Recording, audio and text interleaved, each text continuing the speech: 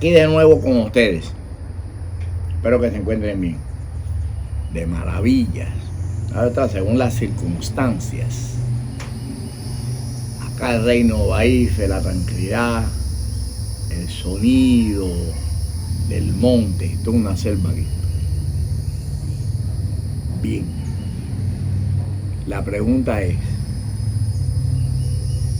y esto es en el caso de mi etnia, ¿no? La raza a que yo pertenezco, como lo quieran definir, que es la cubana.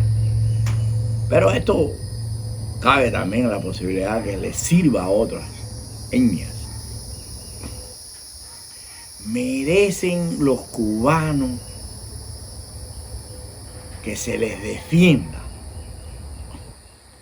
ante todas las adversidades que están viviendo hoy en día, tanto en la isla como fuera de Cuba y en los Estados Unidos principalmente. Cito, por ejemplo, la situación que está ocurriendo ahora migratoria y ese limbo y toda esa, podemos decirle todo ese Bobo, Sobo, Arayé, Ofo y Tulumalingüí sombrío que está prevaleciendo en sus cabezas, cuando eso no ocurría con los cubanos acá en los Estados Unidos de Norteamérica, basado precisamente en la ley de ajuste cubano. Cubano que llegara a los Estados Unidos al año y un día y aplicaba su residencia y ya la tenía. Era muy extraño, muy difícil que le negaran la residencia a alguien, eso era extraño.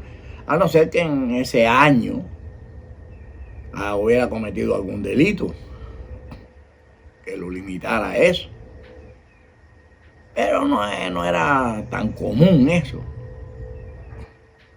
Yo mismo llegué en el año 1980 a los Estados Unidos de Norteamérica, 27 de mayo.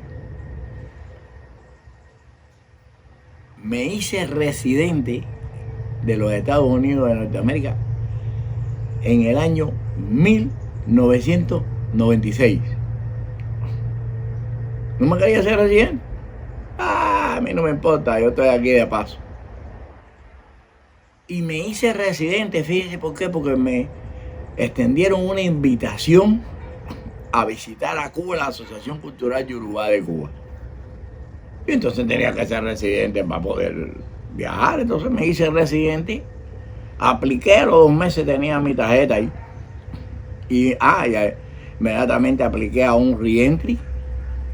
Mire, un reentry, que es igual que un pasaporte norteamericano, pero es reentrada. Usted no tiene que estar dando su tarjeta ahí, sino el reentry ya. Me llegó el reentry.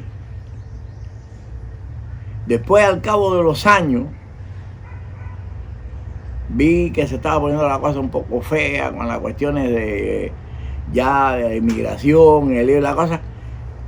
Y tanto me dieron algunas amistades como demás, y etcétera. Mire, mi familia es diferente, mi esposa, mi hijo mayor y eso, que sé, ellos sí se hicieron residentes antes que yo desde el principio. Después se hicieron ciudadanos, y yo lo mío era un desastre.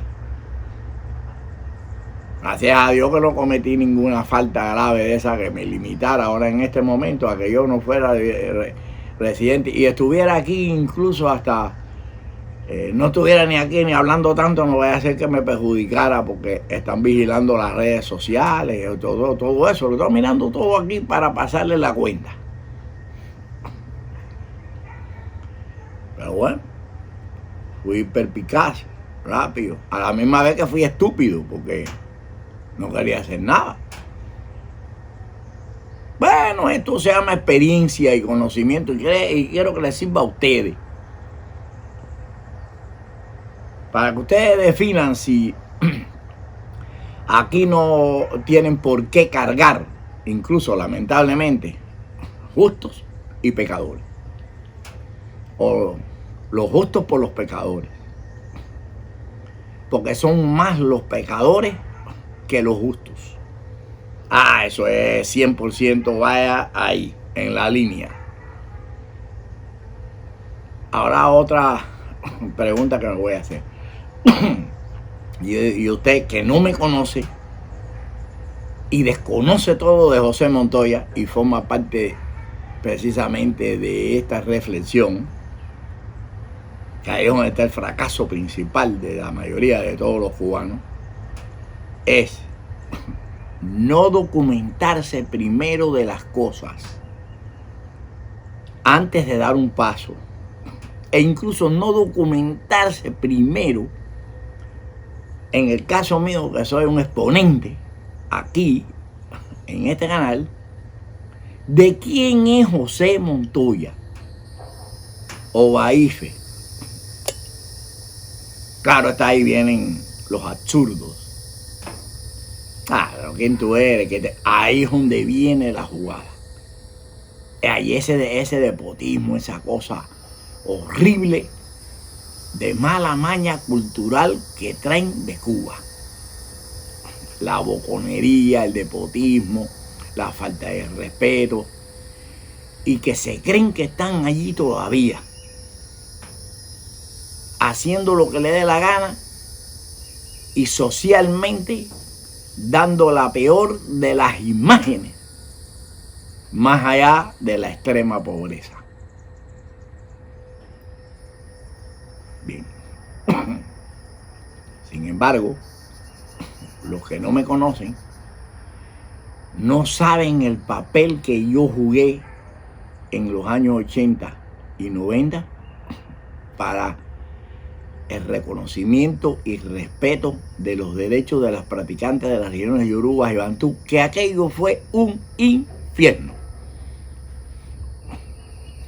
Hasta el año 1993, que la Corte Suprema de los Estados Unidos se manifestó y nos dio a nosotros la razón, y fuimos libres de practicar esta religión que usted la está practicando ahora y se están abusando de ella. Pero no vamos ahora a ampliar ese tema, vamos para justos y pecadores. Y si tienen derecho a defenderlo, y si en este caso yo tendría que volver a salir a defenderlos de nuevo, como defendía a cientos de miles y millones de practicantes de estas religiones entre el año 1988 a 1993 y después, años posteriores, porque quedó la saga de discriminación y apartheid en contra de nuestras prácticas. E incluso hoy en día la vivimos todavía. Son unos hipócritas, aquellos que nos mascan como el chicle pero no nos tragan. Y eso es lo que le está pasando a los cubanos que han llegado en las últimas generaciones y más en los últimos años. Ni mascan el chicle, no los mascan, porque por lo menos a nosotros nos mascaban pero no nos tragaban. A los Marielitos, a los que llegamos aquí en el año 1980. Y la historia se repite. Entonces los Marielitos después nos mascaban, pero no se tragaban a los cubanos que llegaron por el éxodo de 1995, que le decían el éxodo de Guantánamo. Alegóricamente, porque los mandaron para allá, para Guantánamo la mayoría, y otros a Panamá. Pero ahí, cuando el éxodo de 1995, mientras estaban trancados allá adentro, habíamos individuos que estábamos batallando, batidos por los medios de prensa, radio, televisión, y más yo por mis programas de televisión, porque yo conducía programas de televisión tradicional, no existía ni internet, ni nada de esto aquí. Y mis periódicos que circulaban La Verdad, punto, defendiendo a esos cubanos que llegaron y los metieron para Guantánamo, los metieron para allá, haciendo manifestaciones. Y recuerdo al difunto Manolito, que ahora no me acuerdo bien el apellido de él, no me acuerdo su apellido, que incluso fue arrestado cuando se bajó en el medio del expressway, ahí en el downtown de Miami, ahí en esos expressway altísimos, ahí agarró y desplegó una sábana en el expressway y paró todo el tráfico ahí. Pues los chismosos, para querer mirar y leer, fueron aguantando hasta que se convirtió en un tranque ahí horrible eso ahí, vinieron y lo arrestaron, pidiendo libertad para los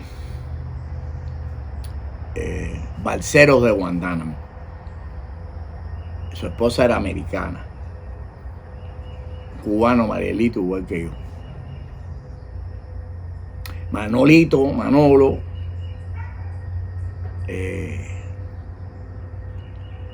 resulta ser que el amigo mío, éramos amigos, estábamos muy bien, siempre estaba metido en mi casa, ¿no? Y yo iba a la de ellos, y dice, bueno, éramos amigos.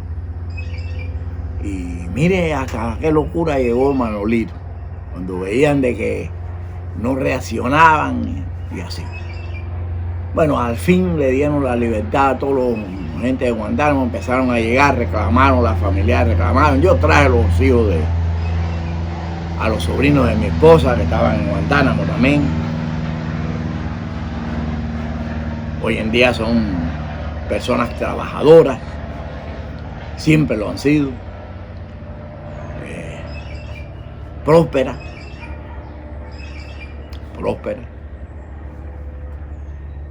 Y así fueron muchos también. Y otros unos cabezas locas. Claro está. Pero lo que llegó después de eso, señores, y en las últimas décadas, es de la noche a la mañana. De aquellos que traían sus defectos, pero no eran mortales. Podemos hasta definirlo así. Y nosotros que en el 1980 vinimos miles de gente, personas muy buenas, progresivas. El Mariel contribuyó para el levantamiento de Miami, claro está. Fueron miles, una minoría, 15-20% de delincuentes que llegaron con nosotros. Yo recuerdo que en el bote que yo vine, Miss Chris era un tiburonero. Veníamos 95 personas. Yo venía con mi esposa y mi hijo, que tenía 2 años y pico o 3, cuando eso de nacido. Y nos montaron una guagua de delincuentes completa y, o sea, metieron 2 familias, yo, mi esposa y mi hijo y otra más los familiares de la persona que fue a buscar a sus familiares ahí, que eran unos holguineros. Y bueno, la familia de ellos, que eso fueron para allá, para la cabina, claro está. Y todos nosotros montonados, creo que por ahí está el barco Miss Creek, que a ver si Juan lo pone ahí, lo busca y lo pone cuando estaban zarpando. Una casualidad, mire abajo ahí que dice Miss al lado del policía, de guardia. Y ahí entre todo ese gentío y todo eso que usted está viendo ahí estaba yo, claro estaba, era muy joven, 23 años creo que yo tenía, 24, una cosa de esa por ahí. Mi esposa estaba sentada en el suelo al lado del motor con el niño porque se mareaba por el movimiento del barco. Y la mayoría de todos esos que ustedes están viendo ahí eran unos delincuentes. Lo bajaron de una guagua directamente, que no eran las mismas que les transportaban a las personas desde allí el Mojito. Era como una guagua extraña, así, esos tipos de expediciones. Y cuando ya veníamos la flotilla andando, empezaron a revirarse, a formar lío y querían joder al capitán, y yo no sé qué lío ahí había ahí. Y yo dije, esto se está poniendo malo, vamos a terminar todo el mundo en el agua aquí, ahogados, matándonos. Y salió un individuo de ahí de la cabina, yo no sé quién era, con 2 fucas en las manos. Deben haber sido unas 45 o algo de eso, porque eran pistolas. Y sonó un par de plomazos. Y todo el mundo se tiró para el piso, porque nosotros los cubanos en esa época no estábamos acostumbraba públicamente ni social sentir un disparo así, ni nada de eso. Y todo el mundo veía, el hombre metió una velocidad y dijo, de todos ustedes, el que se mueva aquí, el que haga algo, el que se revire y el que se levante del piso, del suelo, lo vamos a tirar por la borda. Yo por lo menos dije, creo que vamos a llegar, si llegamos y no nos hundimos aquí, porque estaba comenzando una tormenta espantosa, que aquello fue horrible. De la flotilla de nosotros se hundieron 3 barcos, porque éramos como 18 barcos, 16 que iban en flotilla, 13 fueron por ahí para abajo. Aquello fue espantoso, señores. Yo dije, si llegamos, por lo menos la parte que nos toca de estos delincuentes aquí, no es la que nos va a molestar.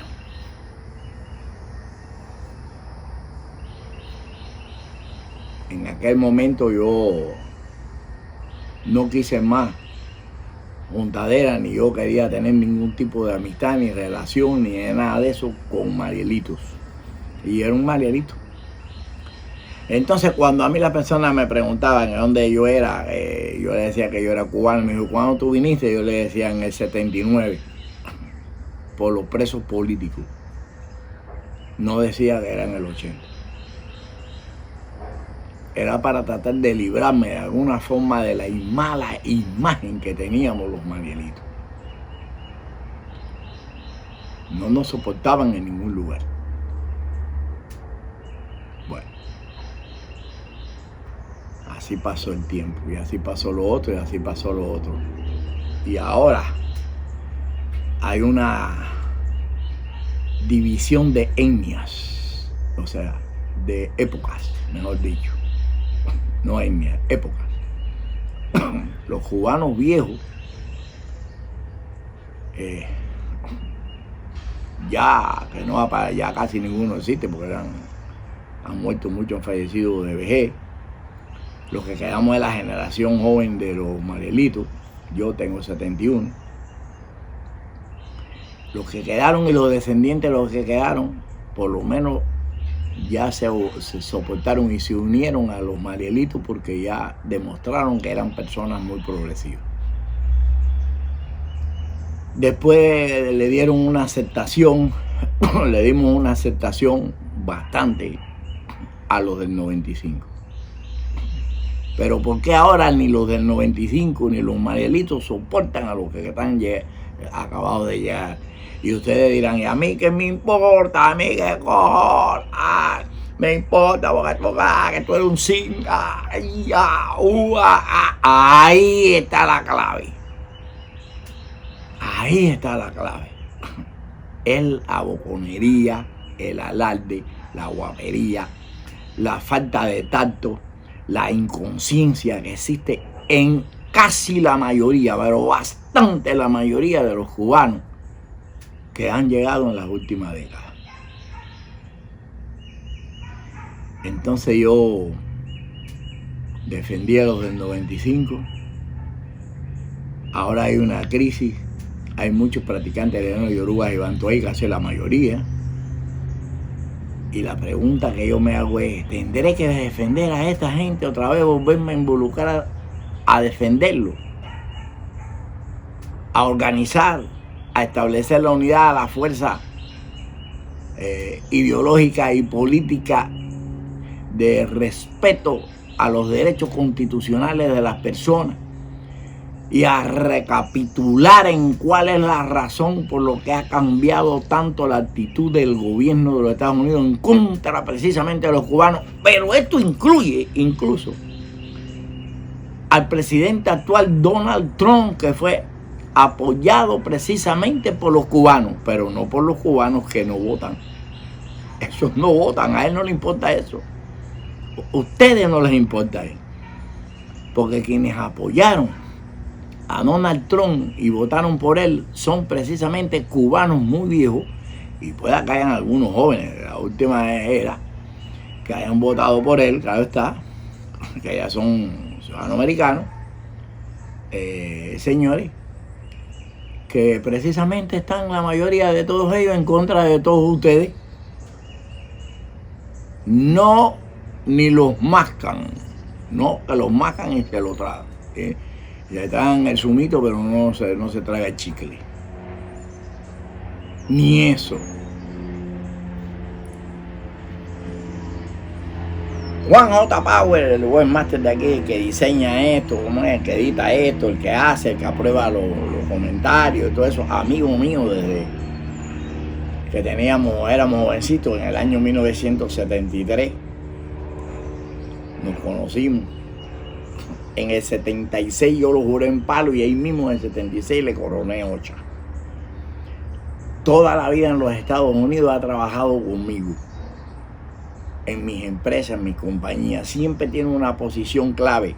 Las claves que son las que tienen que definir para yo no tener que estar supervisando, porque él es una persona de muchos raciocinios. Me dijo ahora, conversando, como todas las conversaciones que tenemos todos los días, yo prácticamente hablo con él todos los días. Me dijo, ¿por qué te vas a meter ahora a venir a estar defendiendo a toda esta gente? Tú no estás viendo la cantidad, que hay muchos comentarios que yo no los apruebo, que son no criticando tu filosofía, ni contradiciendo ni de contestatario por tus prácticas y tus conocimientos religiosos, sino ofensivos en extremo. Y son precisamente toda esta gente por el vocabulario que tienen y la forma de escribir, que ya han incluso hasta decapitado completamente toda la frase ortográfica, que ya es como un lenguaje diferente el que están escribiendo ahí, que ni se les entiende, y una falta de ortografía que eso es espantoso. Por lo tanto, se nota muy bien claro que se tratan de ellos.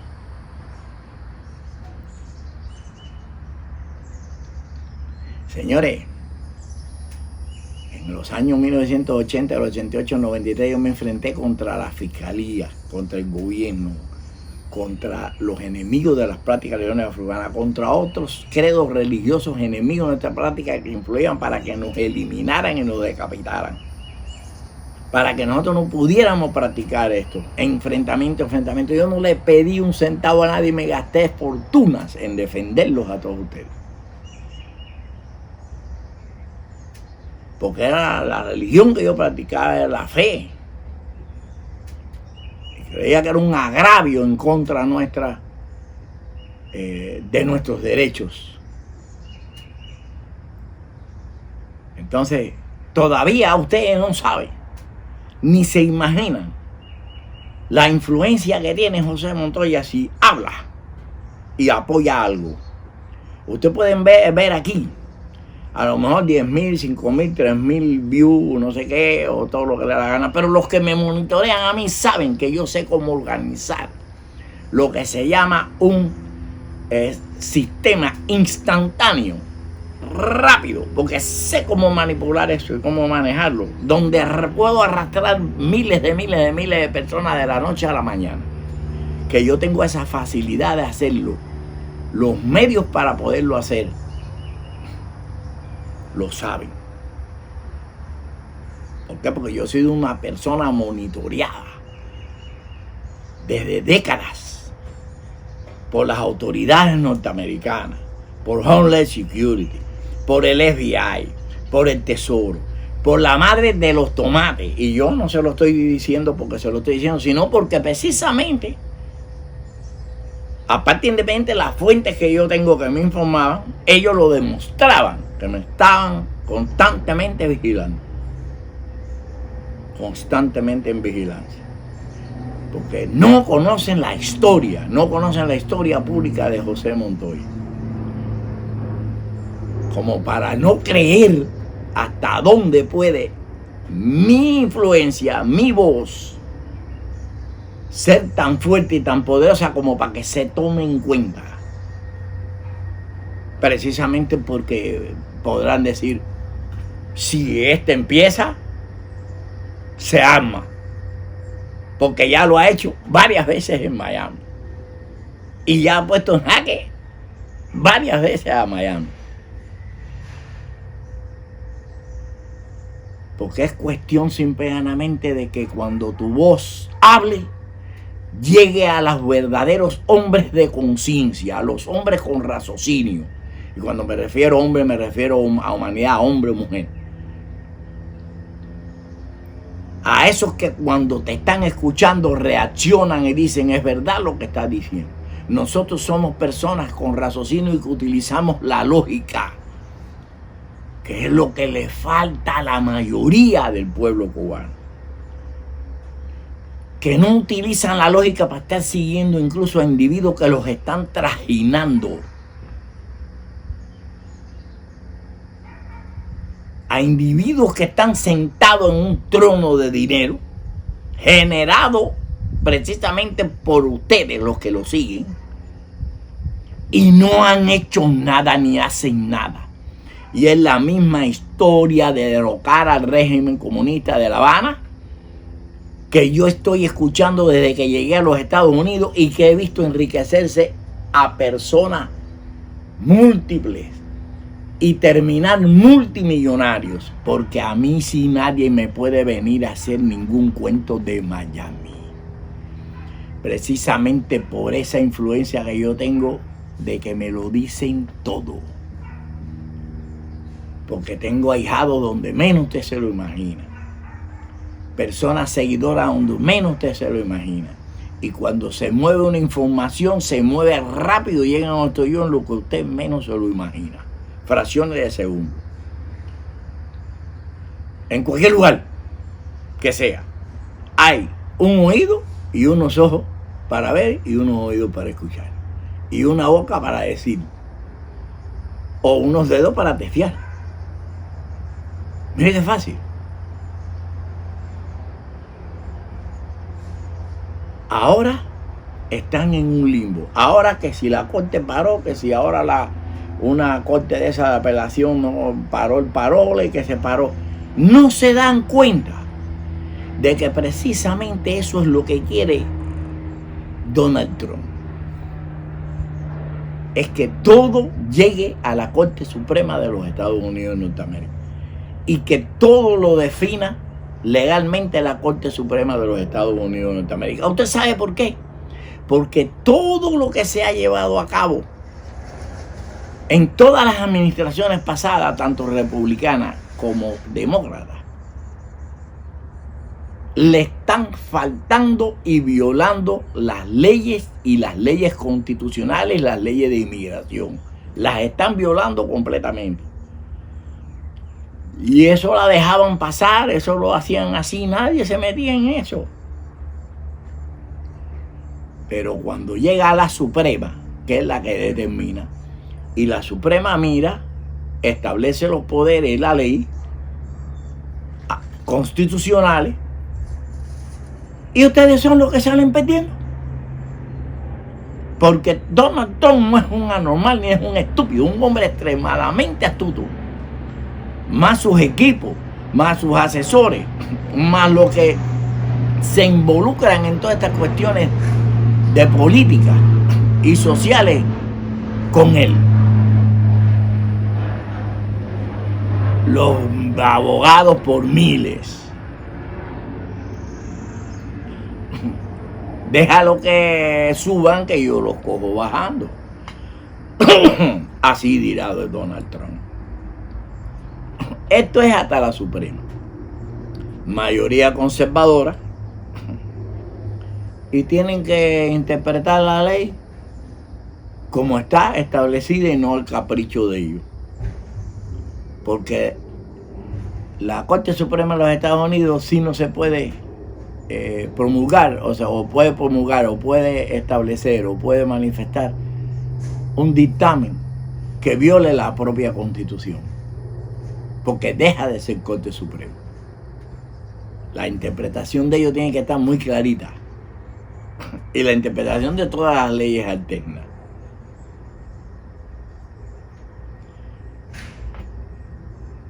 Al fin y al cabo, donde está la moraleja de esto es por qué ha cambiado tanto el punto de vista de mirar al cubano de una forma como siempre fueron vistos desde el 1959, donde le decían vengan y bienvenidos, vengan y bienvenidos. No ahora es, no salgan porque los vamos a deportar, no entren porque los vamos a deportar, autodepórtate tú mismo. Se te acabó el Citipirihuán, no sé qué diablo ahí. Que si el paro humanitario se te acabó. Que si el derecho de trabajo se te acabó. Que tú eres residente y te voy a arrestar porque tú tenías delitos que cometiste y eres residente, y eso es un derecho, no es un derecho, es un privilegio, la residencia. Y así. Incluso recuerde, aunque usted se haga ciudadano americano, los primeros 5 años de usted ser ciudadano americano, a usted le pueden aplicar muchas leyes y muchas cosas que le pueden revocar su ciudadanía. Después de 5 años cambió, ya la cosa cambia. Ahí entonces solamente por espionaje o traición a la patria. Pero en esos 5 años es como si usted fuera un bebé que se tiene que cuidar, muy bien cuidado, porque si coge un catarro mal dado de eso, ahí mismo se va del aire. Quiere decir, usted que es ciudadano y está dentro de 5 años, cuídese, porque también le pueden revocar si ha cometido un delito, si ha hecho algo, si mintió en sus aplicaciones, si hizo la madre lo toma. Es la ley.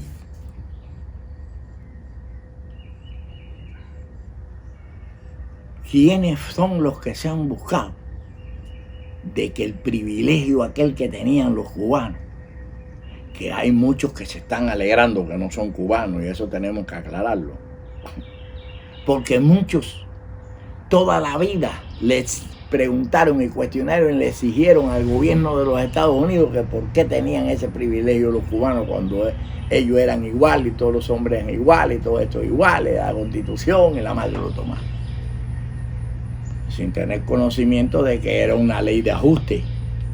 Pero la ley de ajuste cubano no significa de que porque usted llegue, ya usted tiene derecho a esa ley de ajuste. Es a interpretación y consideración del presidente de los Estados Unidos de Norteamérica. Igual que el embargo a Cuba, igual, a no ser la ley de Helms-Burton, que se firmó y se estableció ya, que la confirmaron, que ahí sí es el Congreso quien confirmó eso, porque el embargo a Cuba no era una ley, fue una orden ejecutiva establecida de interpretación a consideración del presidente de los Estados Unidos de Norteamérica, el que estuviera ahí. Toda la vida se politizó la cuestión cubana, porque los cubanos eran quienes controlaban precisamente la fuerza más grande que existía del voto para poder ganar la Florida. Eran indispensables. Lo mismo los demócratas que los republicanos, quien fuera, eran los cubanos. Y todavía ahora son los cubanos los que definen eso también.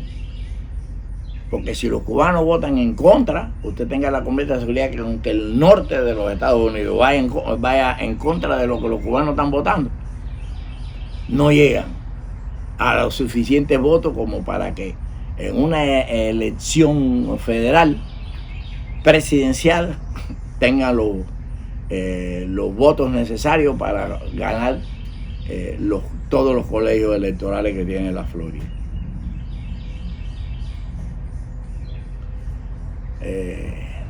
Justos y pecadores. Justos y pecadores. A mí hay personas que me dicen a mí que porque yo rechazo tantas personas para venir al Reino Baife. No se trata de discriminación. ¿Sabe de qué se trata? De elección. Esto es privado. Y nos reservamos el derecho de admisión. Por lo tanto, aquí entra y llega quien yo quiera. Porque a mí me da la gana. Porque es mi derecho, porque es la institución que yo establecí con tanto esfuerzo y tanto sacrificio, y que no le debo nada a nadie, ni a un solo ahijado, ni a un solo seguidor, ni a un solo feligrés, el haber puesto una mano aquí, ni haber colaborado. Mire, si yo soy una persona que lo preparo muy bien todo. Aquí hay ya aquí hay casi 100.000 pies cuadrados de altares de reino. Y todavía aquí no ha puesto la mano una sola persona seguidor mía, ni un solo dejado, ninguno.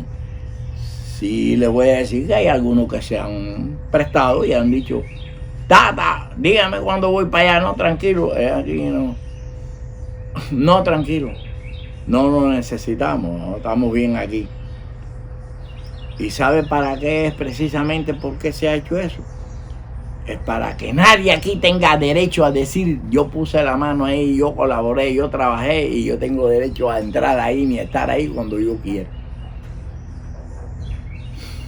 Cuando usted no debe nada, usted no tiene por qué estarse preocupando de lo que piensen los demás. Por lo tanto, como yo no le debo nada a nadie, como yo no le debo nada a ninguna de las personas que hoy en día están poniéndoles mal a la cosa a todos los cubanos en general, ni incluso a los de buena voluntad y de buena fe, pues señores, cuando llegue el momento en que yo entre en juego y yo tenga que entrar en juego por algún motivo, el que sea que va a venir, está cerca de que yo tenga que entrar obligatoriamente en juego, recuerde esto y pónganselo en mente. Usted de verdad tiene que ser de verdad un creyente y un practicante de estas religiones que de verdad lo pueda demostrar para que yo lo apoye a usted. Política e ideológicamente no me interesa. Son sus problemas. Porque no se ponen de acuerdo nunca jamás en la vida. Y lo único que hacen es estar siguiendo precisamente a los que los confunden en este mundo. Han enriquecido a medio mundo y nunca han hecho nada ni han resuelto nada. Bla, bla, bla, bla. Y ahí está el régimen cubano. Ya ahí se han muerto los más viejos. Están al irse los que quedan ahí viejos. Y las nuevas generaciones suplentes son clases semejantes o a lo mejor hasta peores. Porque esos precisamente no tienen conciencia ni de un combate, ni de una sierra maestra, ni de un apartheid, ni de un exilio, ni que lo huyeron, ni que lo llevaron a la bondad y el crimen. Simple y llanamente, póngase esto en la cabeza.